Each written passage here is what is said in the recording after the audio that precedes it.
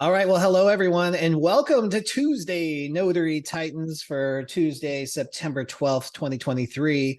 My name is Bill Soroka. I'm the founder of Notary Coach and the Notary Business Builder program, as well as author of 4 best-selling books to help notaries grow their business. I'm here with my incredible co-host today, Laura Biewer. Hey, Laura, you want to say hi and introduce yourself? Love to say hi. If it's possible, you don't know who I am. I'm Laura Biewer.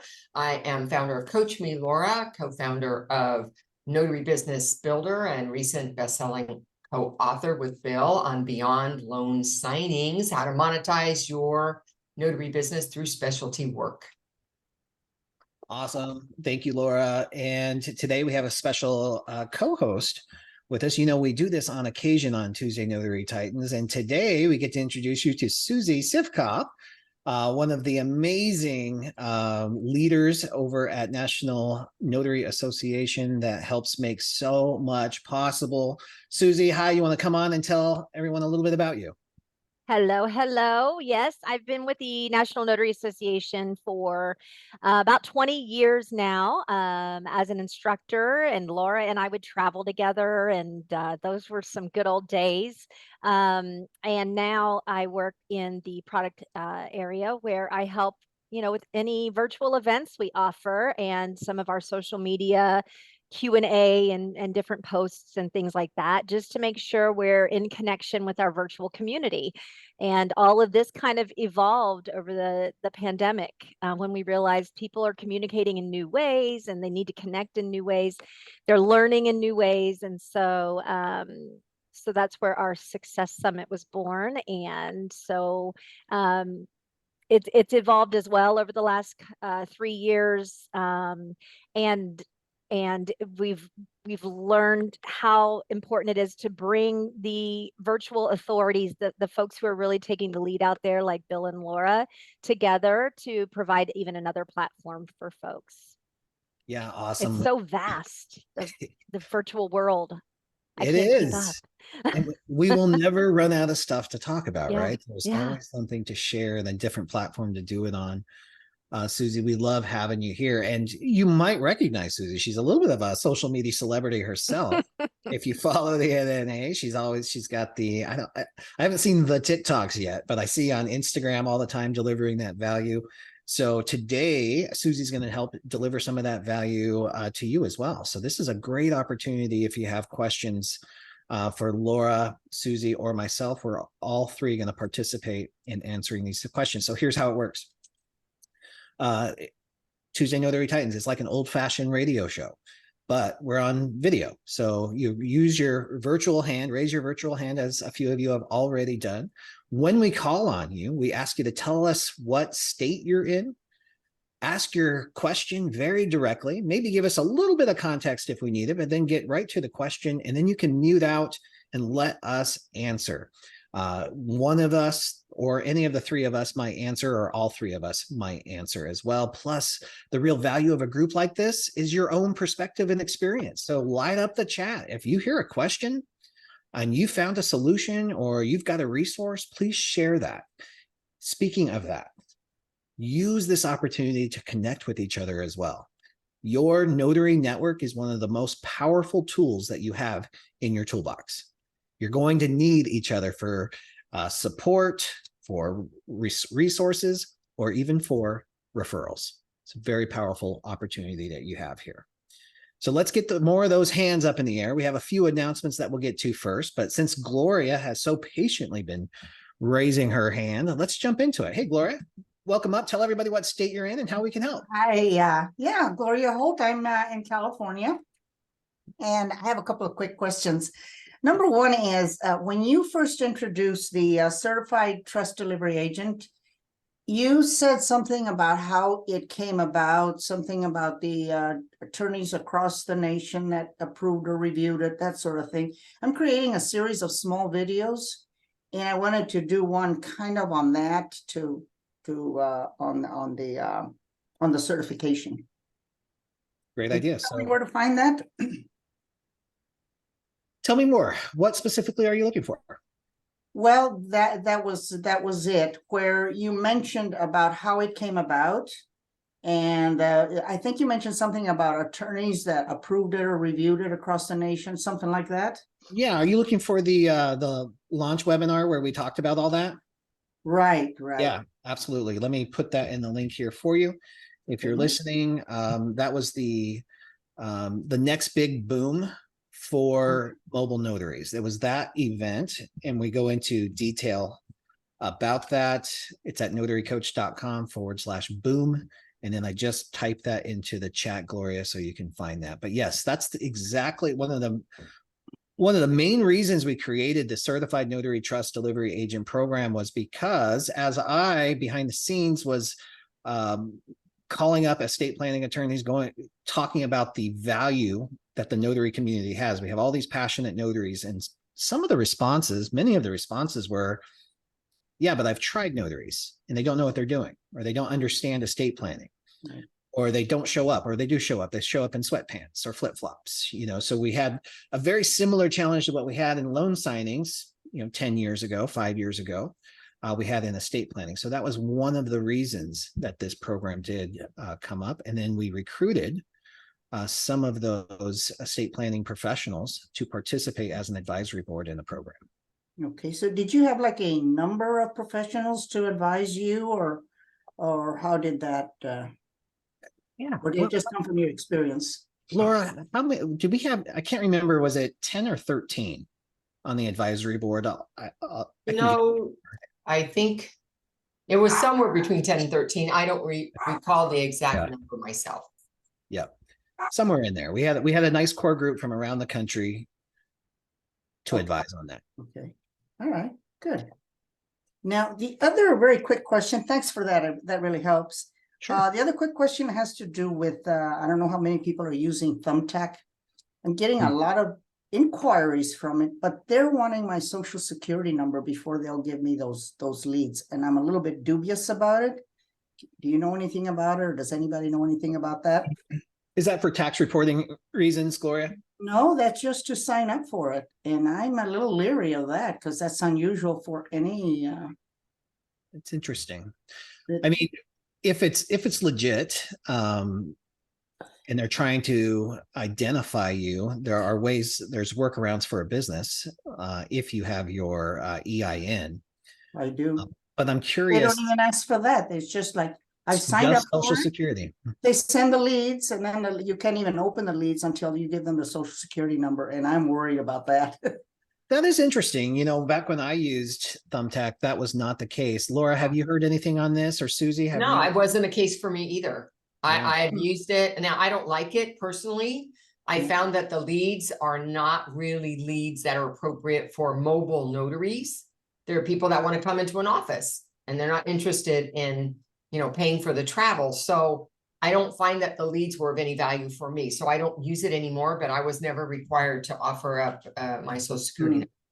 And then Amy Seitz chimed in too. She mentioned that it's for the background check. So if Thumbtack has started implementing background checks on their providers, that could be what it is. But It could be. Yeah.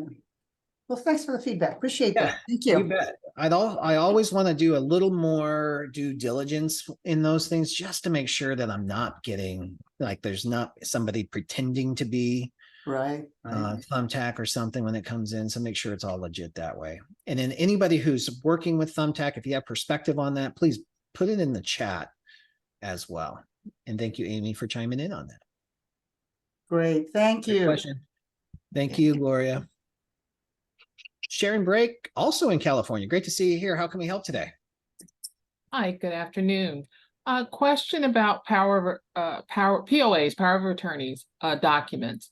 I received a call for a gentleman who's going to be the agent of a woman who will have a financial power of attorney, and he mentioned something about being able to handle her financial affairs beyond, her life. And I don't know if that's true or not.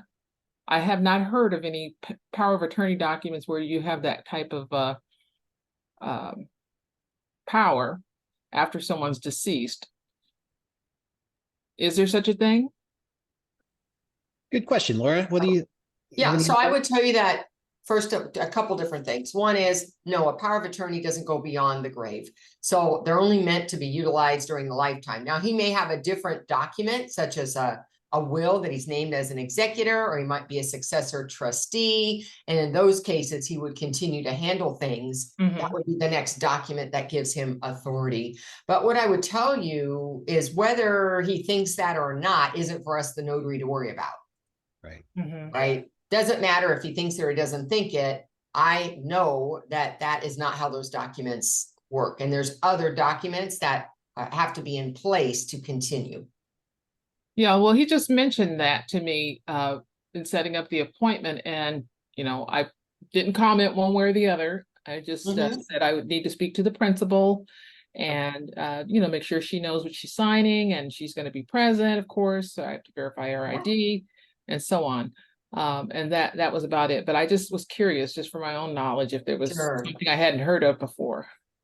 No, that's not how power of attorney works. Thank you. Yeah, and I'm so glad that you brought that up too, Laura and Sharon, because for anybody who's new to notary work on the call, there's a difference between curiosity for your own sake and then what you would be advising a client. And we would never advise a client on what the impact of signing a contract or using a document might be. Susie, do you have anything? I want to make sure that you can jump in. Look at her.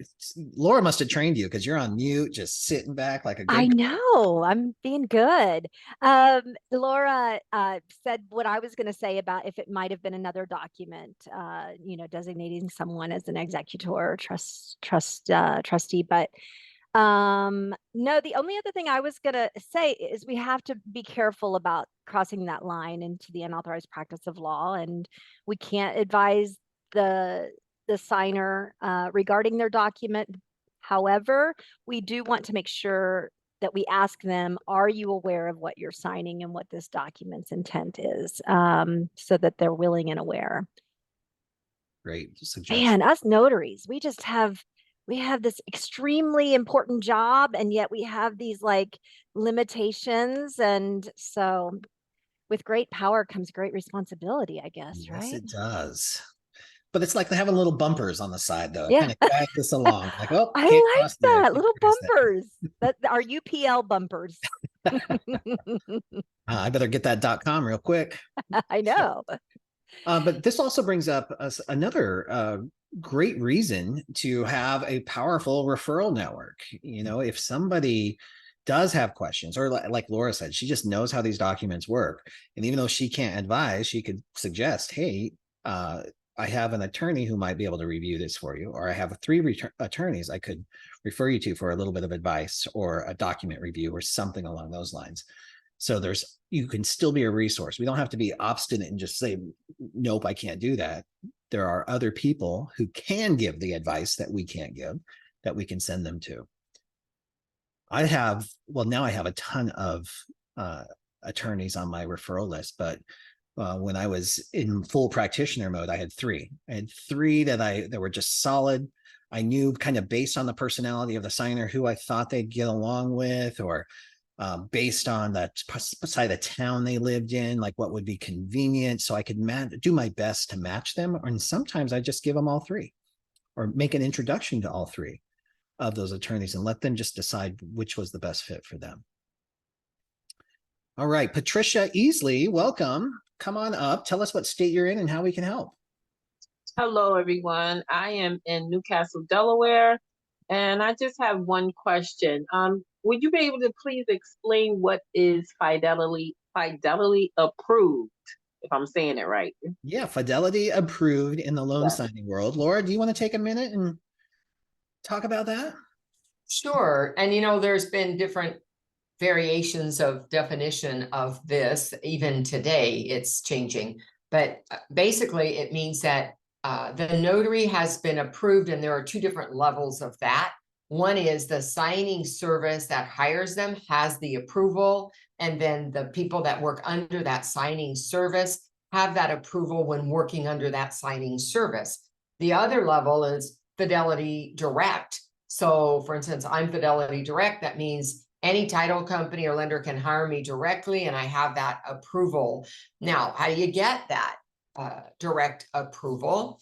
Well, there's an application to fill out, and now, not everybody goes through this, what I'm going to describe to you exactly, because there's always exceptions, but typically somebody sponsors you, a title company person says, I want to work with this notary.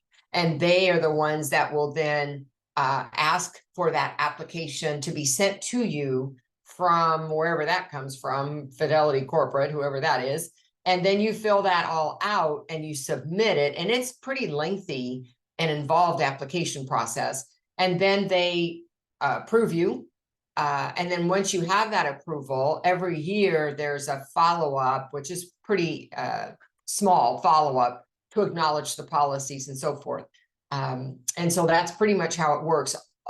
The rule of thumb that is out there in the world is it's 2 years as a notary, 2 years experience. It doesn't mean that every notary has had 2 years before that they had that opportunity. There are some who have had it sooner, but that's on the average what I've seen. So you got to get somebody who wants to get you in there. Okay, thank You you. can't just call. Yeah.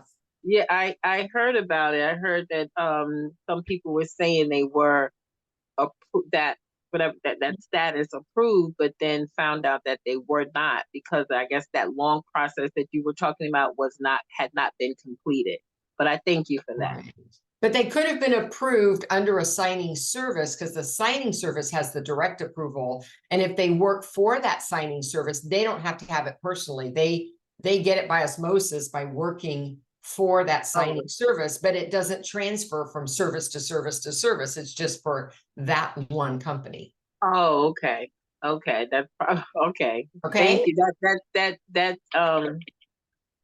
I can understand it better now. All right. Awesome. Great question. Thank Thanks for you. bringing that up. Mm-hmm. And I Have a good know, day. yeah, you bet. Thanks for being here, Patricia.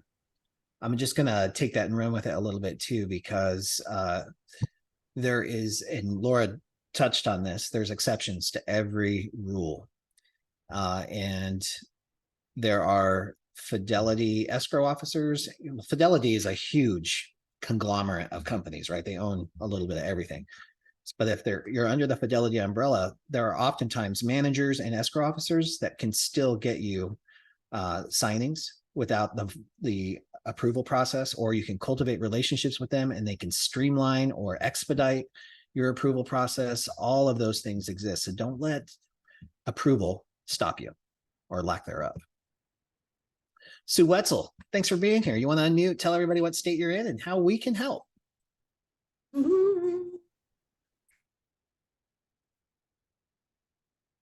Somebody was singing. Now, am I there? Yes. All right. Hi. So I am from Northern California, and I have a couple questions. So the first one, I think, well, you know what? Let's ask Susie a question. So is there a new database coming out, or a new platform or something? And when will it get launched? And is there going to be a fee for notaries? Great question.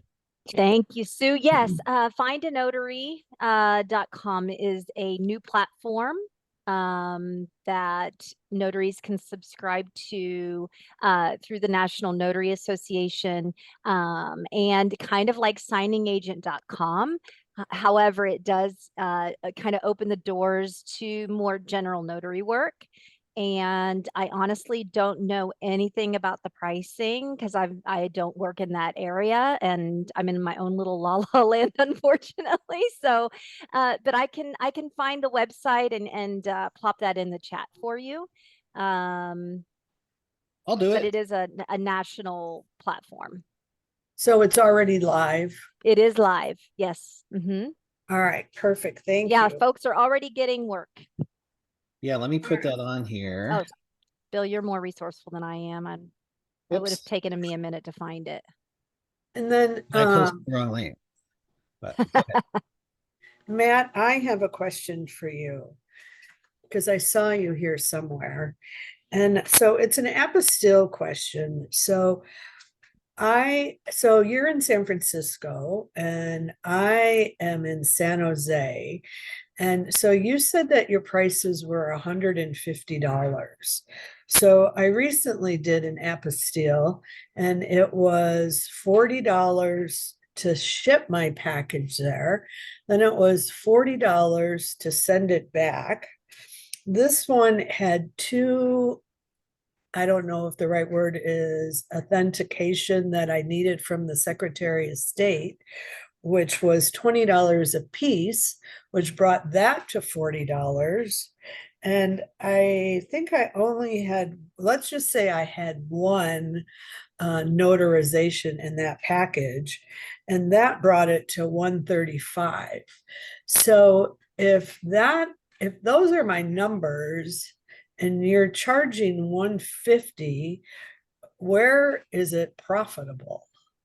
Interesting question. Sue, Matt, are you available? Sure. Thanks, Sue, for asking that question. So that's my number for profitability. Yeah. But you need to take into account your costs. So a few things. One, you need to call your shipper and work on the rate. I have gotten my rates down to a point where that price point makes sense for me. And two, I charge for everything outside of the apostille service. So the notarization is a separate charge, the travel is a separate charge, printing, scanning, etc. is a separate charge. It's not included in the apostille service. The apostille service takes care of me getting your apostille for you and getting it back to you domestically. If you want to ship overseas, that's an additional charge as well. But I think the best thing for you at this point would be to call your shipper and work on the rate. Tell them to get their pencil out and tell them you're going to have a lot of volume, and they'll put together a more cost-effective shipping rate for you. So what would is it a wrong question to say or ask the question, what should my shipping rate look like? A lot less than that. Yeah. You know what? It could be 15, 20 bucks, at least half. Yeah, 50%. Okay. All right. Because Yeah. I'm like, how do you do this? Yeah. There it is right there. Look in the chat, epurchasing.com, get an account. That's what I did. And it more than took half off the price. Because I Or do just- have an account with them. With EC purchasing or with FedEx Direct? Maybe it's just FedEx Direct. That's what I have. I have a FedEx commercial account, and I call them every year, and we review my volume and my spend, and I say, okay, I want a discount that's 40% off or 50% off, and they willingly give it to me. You just have to ask for it. Yeah. All And I right. have the EC purchasing and I tied my FedEx account number through them. And so I got 50% off. And who are you using? FedEx. Oh, but no, I you have a said, FedEx account and I have an EC purchasing account. oh, And EC. purchasing got me that discount. But of Okay. course, Matt said he did it direct. Okay, perfect. And that's in the chat there for you too, Sue. Oh, all right. And then can I ask another question? Yes, please. So, so I want to start sending letters to the attorneys, blah, blah, blah, the whole list of people for my estate planning business. And so I want to utilize ChatGPT so that they can spit out 5 to 10 emails for me to follow up with. And my question is, do you think I want to use a little humor in it? Or just straight business? Is there any thoughts on that? Absolutely. I've got a few. So when you say sending letters, we're talking about emails, just for clarity. Emails, yes. Yeah. Okay, great. What in my experience, Sue, these do not go over really great with attorneys. There's not a huge, emails? email. Well, Okay. email sequence, Oh, especially okay. if they're written by ChatGPT, because we're at the stage now where people can recognize them. So Yes. unless you are really good at ChatGPT and you can program your personality into it and prompt it correctly, it sometimes will come off too dry. So if you were going to do this, and there are ways to make it work for sure, you want to include as much of your personality in it as succinctly as possible as you can. They're not going to read anything past a paragraph, if that. It's probably just 2 or 3 sentences that they're going to be interested in. And yes, if humor is part of your style, then I would use humor to a certain degree. You want to keep it again within those boundaries so it doesn't go over, it doesn't get too casual too early with attorneys. And I would not cold blast them. I would do some research. It takes time. Do some research on LinkedIn, do some research online, and build a list that you already have a little bit of information about, and personalize those emails to them as much as you can. So are you saying not to use Chat GPT and not to send multiple emails? Not necessarily, unless you want to be a pro at it. What I'm saying is, if you just rely on ChatGPT, meaning like you're not a pro at ChatGPT, you don't know how to warm up the messaging, ChatGPT will spit out a 20 email sequence that you can program, but nobody's going to read it. Like attorneys get paid for their time. They value their time more than anything. They're probably not going to read very many emails. You've got to find a way that captures their attention right away. How do you capture their attention right away? Is how can you help them make more money or make more impact? That's what's on their mind every day. So you've got to be able to cut into that. If you can program ChatGPT to do that, then yes, it can serve you really well. But most people on this call are not online marketers or copywriters. So it's probably not going to work. I'm pretty good at copywriting, and I failed miserably with my email sequences to attorneys. They just don't, they land differently. It's a different kind of market. That's not to say that somebody can't figure it out, though, because you can, absolutely, obviously. So if I was going to use ChatGPT, I would use it to help prompt me and bring out my personality and say maybe the right words that I would want to use to do that, and maybe help me stay consistent on it. That's what I was going to say too, Bill, is like, for me, it just gives me some juice. It just, Exactly. kind of prompts me when I'm not, when I'm feeling flat. It gives me some words I wouldn't have. Mm-hmm. The problem, you. the Sue, is that if we rely too much on the automation, it removes the authentic personality part for most people. You can figure that out, but it's a challenge. You got to keep working at it. So if it was me, I would schedule, and this is exactly how I do it, because I don't rely on the automation, because I know they don't like it. I just set a calendar, and then I follow up with an email that's applicable to that relationship. And that's been the most, what's the word I would say, a result. It gets me the most results. It gets me a phone call. It gets me a conversation started. So are you going on to LinkedIn and I don't know what the word is, liking them and then talking to them on LinkedIn? Yes. So the strategy I used to get my trust delivery clients was go to LinkedIn. I had kind of an idea of who I wanted to work with. I got really clear. I wanted to work with attorneys that cater to the decamillionaire set, because I didn't want to fight. I'm not fighting for fees anymore. Like, I just wasn't interested in that, right? So I wanted to charge $250 to $400 without any complaints. So that was my challenge. So I got crystal clear about who I wanted to work with. Then I started drilling down where they might have offices or where they might be promoting or advertising. And then I started finding them on LinkedIn. And I would just first follow them or connect with them with a message. I wouldn't just hit the connect button, connect with a message, and then start interacting with their content, and then start reaching out. And I practiced this. I'm going to be actually talking about this at Philly Social, but the most impactful method was what we teach in the CNTDA course, and that is the referral interview process. That'll get your foot in the door 8 times out of 10. when you approach it authentically and you want to help them succeed in their business and add them to your referral list. That'll get you a conversation at least. Thank you. Is that helpful? Yeah, very, very much so. All right. Awesome. Great questions. Laura, Susie, did you say anything else on that? No, ditto. All right. Awesome. Let's take a pause here for a real quick commercial break because we got something super exciting that we've sent out emails on, and Susie kind of mentioned it at the very beginning. Susie, I'm going to let you talk a little bit about the Fall Success Summit from the National Notary Association.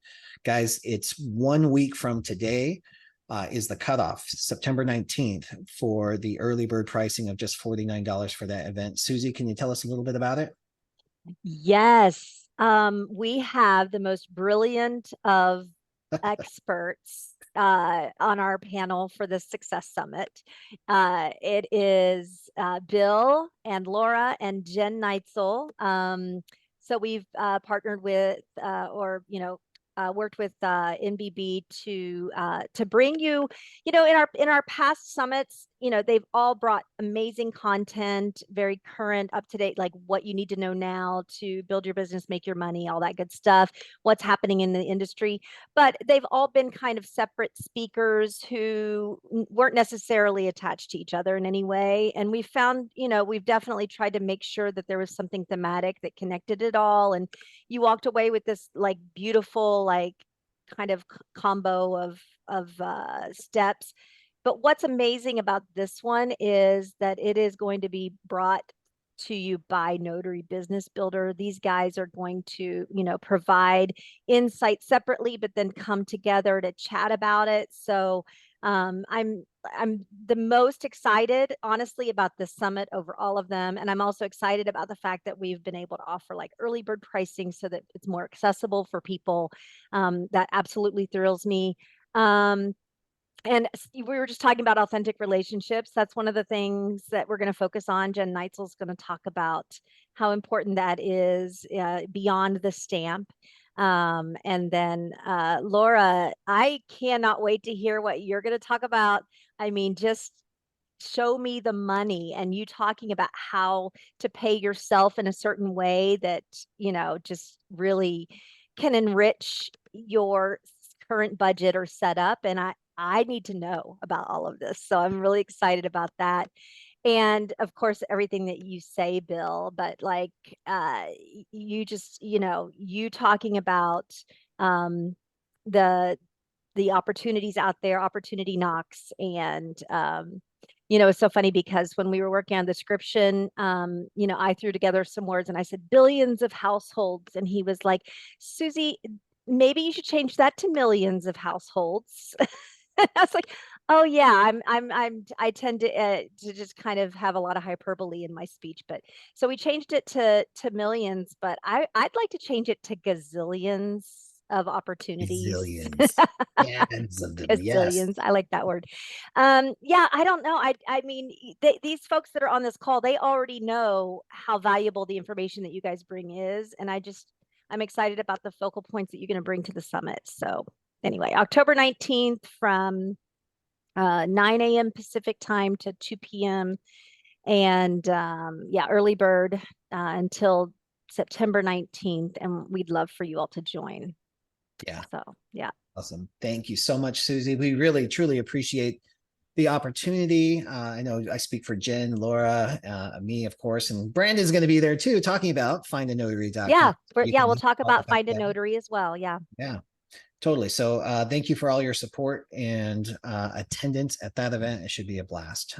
The link, if you're not on the live call today, is nationalnotary.org/NBB, all capital. So that's Notary Business Builder on that link as well. So thank you so much. Thank you, Susie. Let's move on to our questions. Karen, thanks for being here. What state are you in and how can we help? Okay, I assume you mean me, Karen Strebe? Am I It the only is- Karen? You're the only Okay. Karen with their hand up right now. Yes. Hi. Okay. Welcome. Hi. So I'm in Washington State. Nice. And I'm new. I'm about to launch haven't started actually providing services yet outside of my own neighborhood. So I have some kind of unexciting questions about business licenses in each city and some questions about fees and collecting taxes. So first, so I just had a meeting with my mentor. I have a mentor through SCORE. He and I met this morning, and so I live in Gig Harbor, Washington. I'm really close to Port Orchard, close to Bremerton. I plan on providing services in these areas. He kind of warned me that if I don't have a business license in each city, and I have like a vinyl decal on my car window that says Gig Harbor Stamp and Sign, in his experience with his business in the past, um, you may get like contacted later or a knock on your window, like, hey, what are you doing providing businesses here? If they look you up and they see that you don't have a business license in that city, do I need a business license in every city surrounding Gig Harbor if I want to provide services there? Or how is that handled? Yeah, well, such a great question. So,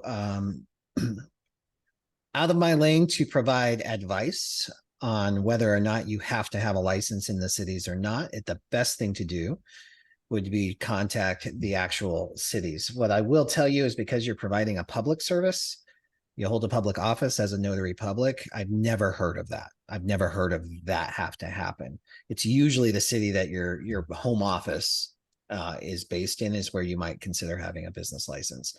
But it's worth looking into if you want to maintain integrity. And if anybody has had an experience where somebody contacted them about their lack of business license or anything, please post it in the chat. I'd love to hear that story at some point, because I've never heard that yet. So, Karen, could be an interesting story sparker for sure. And then as far as, oh, I'm sorry, you're probably going to get to that next question about taxes, right? Yeah, just real quick, go ahead. No, go right ahead, please. Okay, so my other question is about, so in thinking about forms of payment that I'll accept, PayPal, Venmo, using a Square to accept credit cards, I was advised not to accept American Express. And my mentor questioned that PayPal charges a fee, right? And that does Venmo charge a fee? So how do you build those fees into your pricing, or do you? And what about collecting taxes? Do you consider those things a cost of doing business? Do you add something on top of what you're charging, or do you give a discount for cash? Or how do other people handle those fees on those transactions? Because I don't want to do math on the spot. It just confuses me, and I'll Nobody get wants to do flustered that. and Yeah, exactly. I'm going to pass this one over to Laura here in just a second. But the first thing I want to say is that you're usually not charging taxes on services. So that's the first thing. And then, unless your city has some weird tax, in Washington, they do some things a little bit different, but there's usually no taxes on the services. Laura, how do you handle pricing that covers your cost of businesses like this? So when I build my price, I always take in consideration all of the cost to do the job. And of course, when I take credit card, which I do, and Square, which I do, and Stripe, which I do, right? I try to offer most of it. Zelle is the only one that doesn't charge me a fee. Everybody else is charging me a fee. And you're going to pay around maybe 3%, give or take, for whatever that amount is for the job. So I make sure that the quote I come up with covers that. And so that I just have one price. And if I take the price and then I start breaking it out, how I'm going to allocate the money from that, I make sure that that is in there. I don't do math on the spot. I don't charge taxes or collect taxes on services, because we don't do that, as Bill said. And it is a cost of doing business. So, but even though it's a cost of doing business, which means I'll write that off at the end, it doesn't mean that I don't consider that as part of the cost. Just like my gas costs me money, right? My insurance costs me money. My notary commission costs me money. My advertising costs me money. All those things cost me money. And I have to, and it might be easier to just have an administrative fee that covers because not every job takes a credit card. Not every job you drive as far, right? So you definitely want to account for that fee, whatever that's going to be, depending on what you use as one of the costs associated. But then you want to track that, right? Because you're going to track all the income you get. And then what you're going to do is take away all the expenses against that income. Does that make sense, Karen? Do you still have a Yes. question Yes, it about does. that? Okay. Yeah, I was muted, but yeah, thank you. In short, whatever fee you quote, it should be just one bundled fee. Yeah. Usually, so they're not nickel and diming. You know, you're using American Express. I got to charge you an extra 0.35% or whatever. And talk to me more about what the SCORE mentor, what his advice was against American Express. Is it just because the fees higher? Yeah, he said they have really high fees, and he says there's an active lawsuit against them from small businesses. I don't know anything about it, but he did mention that there's something going on right now where people are rallying against them and they have higher fees. Gotcha. So here's the thing, they do have higher fees, but people rally against everything all the time. So but here's what I'll tell you. If you like corporate business and corporate clients, you'll probably want to take American Express. If you're working, especially if you get into fingerprinting or apostille work, a lot of those corporate companies have the American Express card. I've had great experience with it. So I don't see any challenges there. But like, as Matt says in the chat, you want to make it as easy as possible. Make it as easy as possible for people to pay you. And you have to trust at some point that it's going to balance out, right? If we're talking about 3% of $50 or $20 or $10, it's important, but it's not enough to start jamming things up, right? It's going to balance out if you build it into your pricing model in the beginning. Right. Okay. Thank you. Yeah, you bet. Welcome to the industry, Karen. Thanks. And we're practically neighbors, just a few islands away. Oh yeah. Yeah, you're in Anacortes, right? Right. Exactly. Yep. Very close. Yeah. All right.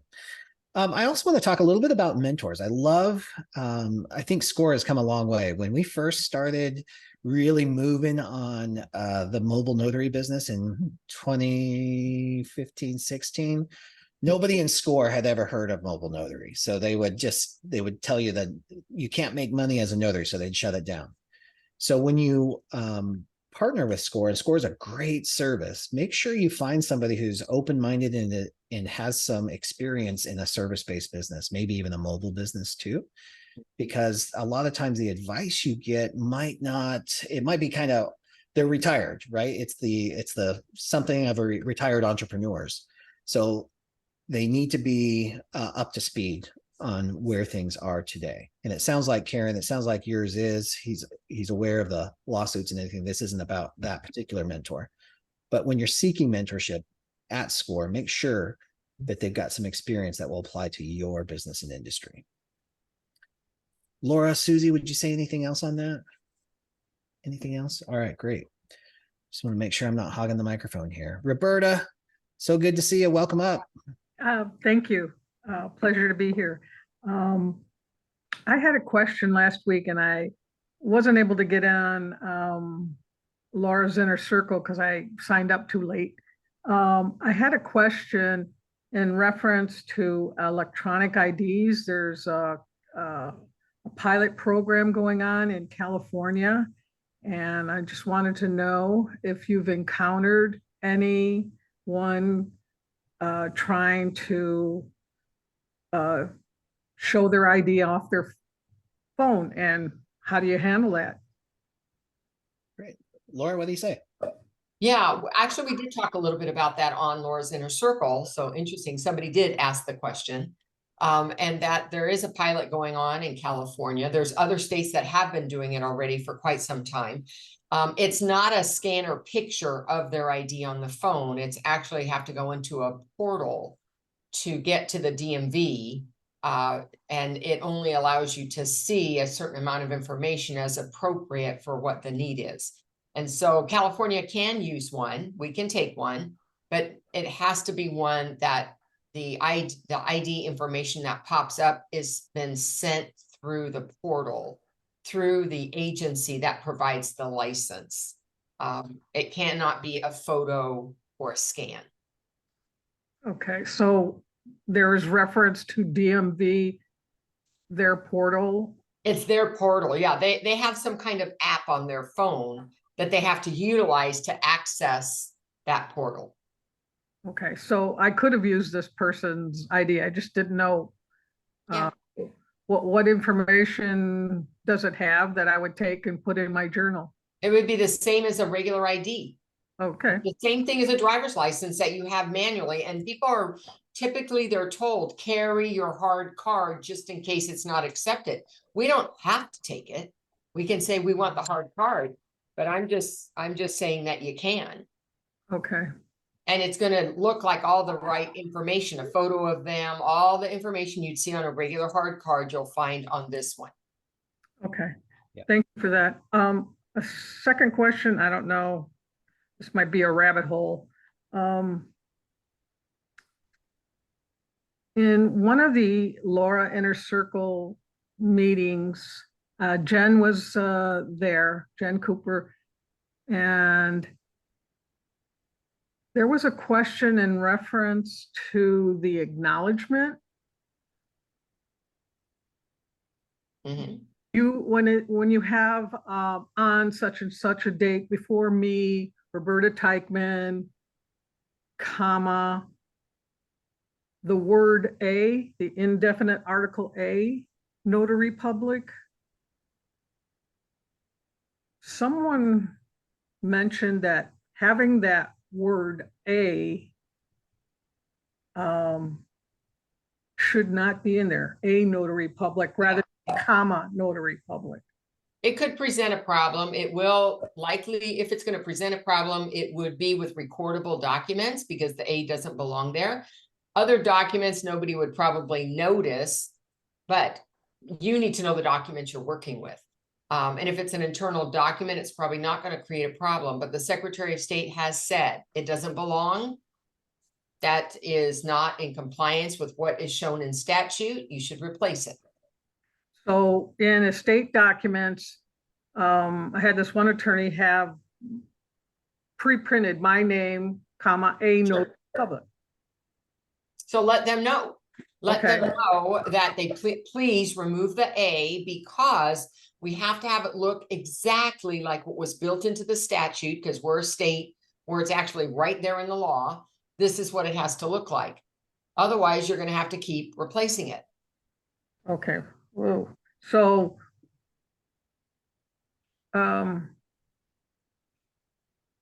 This And is, that's not a detail that an attorney would know. okay, well, there was another form that he had. Oh, it was an affidavit, TOD, I guess, transfer on death certificate. And at the very bottom, it had an acknowledgement, but it did not have it didn't have the The verb. box. Yeah, the verbiage, it didn't have all the pronouns in there.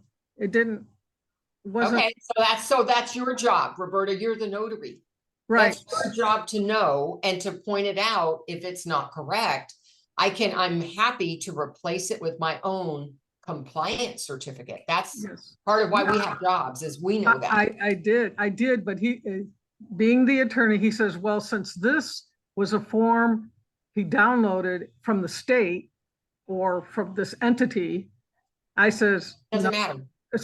I told him, Secretary of State's, they have a mandatory, they're state specific verbiage that we need to have. So I had him redo it. I had him print it out. We re-sent it, we signed it. Right. Yeah. Okay. And All that's right, all, thank you. Roberta, you know what? That's all, and everybody. I know we get nervous when we are contradicting an attorney, right? It's like, oh.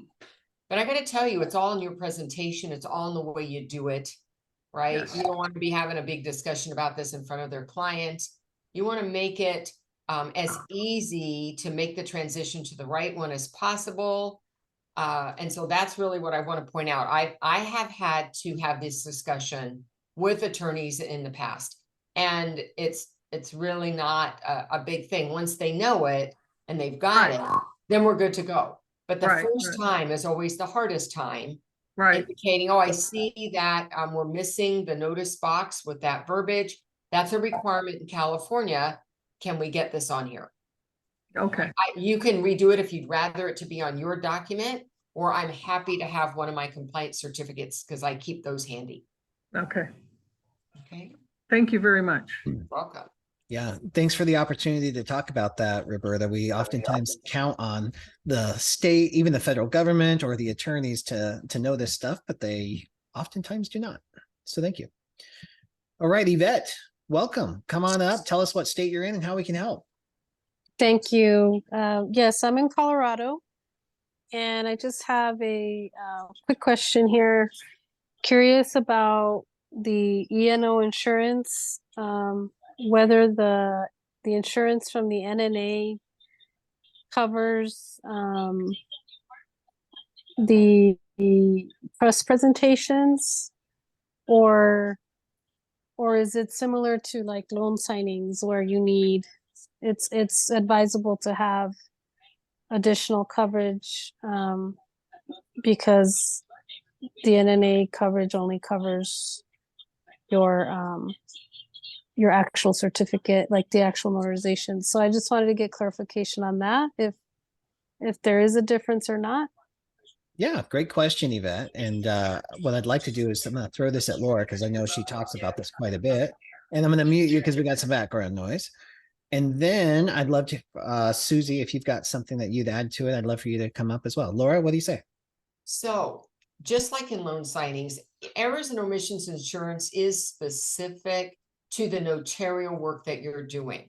And it does not cover other types of activities associated with the job. So printing documents, losing documents, calculating the rescission date incorrectly, those are not notarial concerns. And so E&O would not cover that. And when you're doing a trust, of course, you've got the attorney preparing everything. So you've got a lot less possibility. You're not calculating rescission dates with these. So really it's the notarial work. And there is no, I cannot advise you to have additional insurance or not have additional insurance. What I will tell you is that the E&O insurance that I hold from the NNA is sufficient for me, no matter whether I'm doing trust work or loan signing work or specialty work at a hospital or any other kind of job that I might do. It is enough for me because I don't rely on E&O. E&O is just in case, God forbid, I made an honest mistake. What I rely on is that I know my laws, that I'm faithful to the practice and the routine of what I do every single time, that I check my work. Those are the things that protect me the most. And then E&O is there, oh, just in case. You can have additional insurance. Like some people, if they have an office, well, then you're going to want to have liability insurance if somebody falls and breaks something in your office, they break their leg. So you're going to want to have that. But if you're mobile service, you need to decide three things. What is your tolerance for risk? What is the amount that you feel you would need to feel comfortable that you've got this protection? Because there is no like $100,000. $100,000, a lot of us use that number within the loan signing, but that's not even it. Some of them want $500,000, some of them want $1 million, depends on what you're doing. So you need to decide what makes you comfortable. What I will say is that the bigger the number, and this is my opinion and perspective, the bigger the target that goes on my back. So I don't want to have a bunch of extra insurance. I don't want that because it just means I have a deeper pocket. You know, when they decide they're going after somebody, when they see all I got's the bond, basically, and then I've got some extra on top of that. A lot of notaries, 25 is the common number that you'll hear from the NNA, enough to cover the bond plus some to cover your legal expenses. Does that help, Yvette? I see her nodding her head. And Laura, I've Yes, never it does. Yeah, okay, great. Thanks, Yvette. I never wanted to mic drop you. during an insurance conversation so much in my life. That was Right? that's power. I Like, agree. I rely on my She expertise. slammed it. Yeah, I mean that was good. Oh, Yeah. I hope we're What about recording this. Susie? Have anything Susie, what do you got to add to that? I can't. Like she said it all. Little Mike Hog. Just No, I'm a kidding. goat, not a Oh, hog. she's the Mike Goat. No, yeah, that's right. The Mike Goat. I should have said that. Yeah. But the one thing that I was going to add, but then you brought it home with that at the end, Laura, is the fact that sometimes if you have a lot of it, E&O, it's unnecessary, then you've got a target on your back. So, definitely, you want to talk to your insurance advisors about it all, but yeah, I ditto everything you said. And most of all, the fact that best practice, knowing, standards of care, knowing your laws, doing everything to the letter, making notes in your journal, that's what's going to really protect you in the end. Yeah, it's huge. And that is the number one reason why you don't use E&O insurance coverage as a marketing tool. If you go to an attorney's office and say, I got $5 million in coverage, and they're like, come on in, baby, come on in. Let me put that to the test. It is not a marketing tool. It's table stakes. Sometimes you got to have it to play the game, but you don't use it as a marketing tool. Hey, Phil, come on up. How are you? Yeah, this was a perfect conversation lead-in. No for kidding, me, honestly. right? E&O tends to promote what it insures. We all know that. I work with a lot of doctors, a lot of nurses who have errors and omissions, malpractice insurance, and yeah, you got to be very careful. But I just want to very quickly, because I want Trista to be able to get on here. Trista, today, 5 minutes after Tuesday Notary Titans ends, please join me as I show you how you can protect and grow your business. Text me if you need the information. Bill's probably frantically typing in the information where you can find the presentation that I do to teach you, show you how you can help your business, how you can protect your business, how you can grow your business. So as always, thanks. I'll be in Dallas the 3rd of October. Looking forward to seeing some of my Dallas peeps. So anyone Dallas Fort Worth, look me up. Thanks, Awesome. everybody. Thanks, Phil. Go to the Zoom link at the bottom of notarycoach.com/TNT. I just posted that link in there, and Phil will be on there in about 6 minutes. Trista, thank you so much. You're going to be our last question today. Great. So glad I got in. I am just starting out as well. I am in Minnesota. So for loan signings, they do require you to be licensed, have your closing license. Yeah. So I just passed that yesterday, and congratulations. Thank you. Very exciting. But I'm still waiting for, obviously I sent in the application and they said it could take up to a couple weeks. So my question is should I be signing up for these signing services now, or do I wait until I actually have that, the closing license approved through everything? And because I know there's a handful I'm going to want to sign up with, do my profiles, things like that. These things are going to take a little bit of time. So I'm just wondering, do I do that now while I wait, or do I just, wait until all of it's finalized? Great question. I have 2 more questions for you, and then I'll pass it to Laura and Susie for some advice too. This is a great way to close this out. First, welcome to the industry. Glad you're here. The first 2 questions I have is, how competent do you feel about performing a loan signing? Pretty competent. I worked for Wells Fargo Home Mortgage for 11 years. So nice.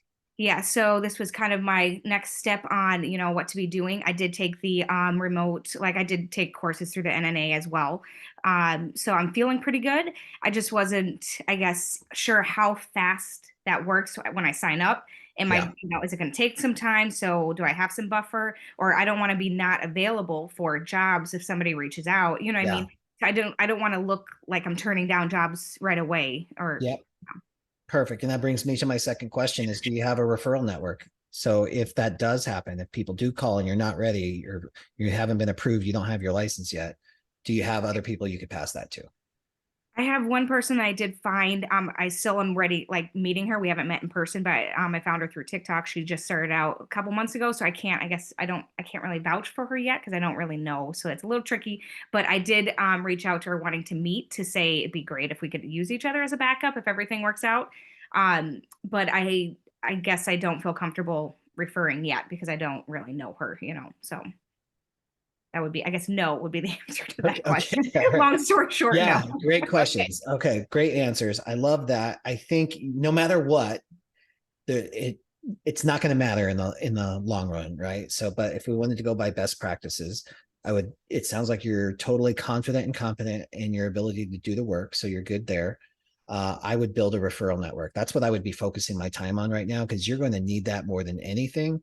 And if there are some other components or some skills you need to learn to help even build up your game, that's what I would focus on first. Because the loan signings right now, it's a weird market right now. It's either hot in some and dead in others, right? So it's not like you're missing out on a whole lot right now as far as that goes. And that would be my advice to Laura. And then Susie, I'll let Susie close us out after Laura. Yeah, they may require you to list your typic number. And if you don't have that yet, then you're not going to be able to complete the profile anyway. So as Bill said, I would focus on the other things that need to be in place so that when I fill that out, I'm on go that day. Okay. Beautiful. Thank you. Susie, anything that you'd say to a brand new mobile notary and loan signing agent? I don't know where the accent came from. Loan signing agent? Loan signing agent. That's right next to Texas, isn't it? Yeah, that's right. So I would just say that while you're kind of waiting to be able to do loan signings, just find new ways to build your other general notary work opportunities. And I know that Daniel Lewis, he's just a rock star ambassador with the NNA and a longtime friend. And, he talks about how much and Laura too, like, I talked to so many, Suzanne Salome, I talked to so many people who were like, you know what, during the dry times when the loan signing stuff wasn't happening for them, that's when they were able to venture out and build the general notary opportunities and, specialty notary work, I should say. And that way, that way you've got both, so that's my encouragement to you. That's great, Susie. Thank you so much for that. That's very helpful. And there's a great book on specialty notary work that you should get. I'm reading it right now. I already read Bill's first book. I'm reading Bill and Laura's I'm reading their Beyond right now. So yes. All right. Awesome. Thank you, guys. Great. And thank you for the plug, Susie. I appreciate that. Trista, like I said, welcome to the industry. We love it. Guys, we're 5 minutes past. Phil is starting his call right now. I promise I'll let you off. Laura Biewer, thank you so much for being here today, sharing your day with us. And of course, to our special co-host, Susie Sivka from the NNA. Thank you for being here. We'll see you next week. Thanks for having me. I'm coming back. This is great. Yeah, this is a blast. Thank you, everyone. Thank you for growing yourself and your business on a Tuesday. We'll see you same time, same place next week, every Tuesday, 12 p.m. Pacific time. Bye-bye.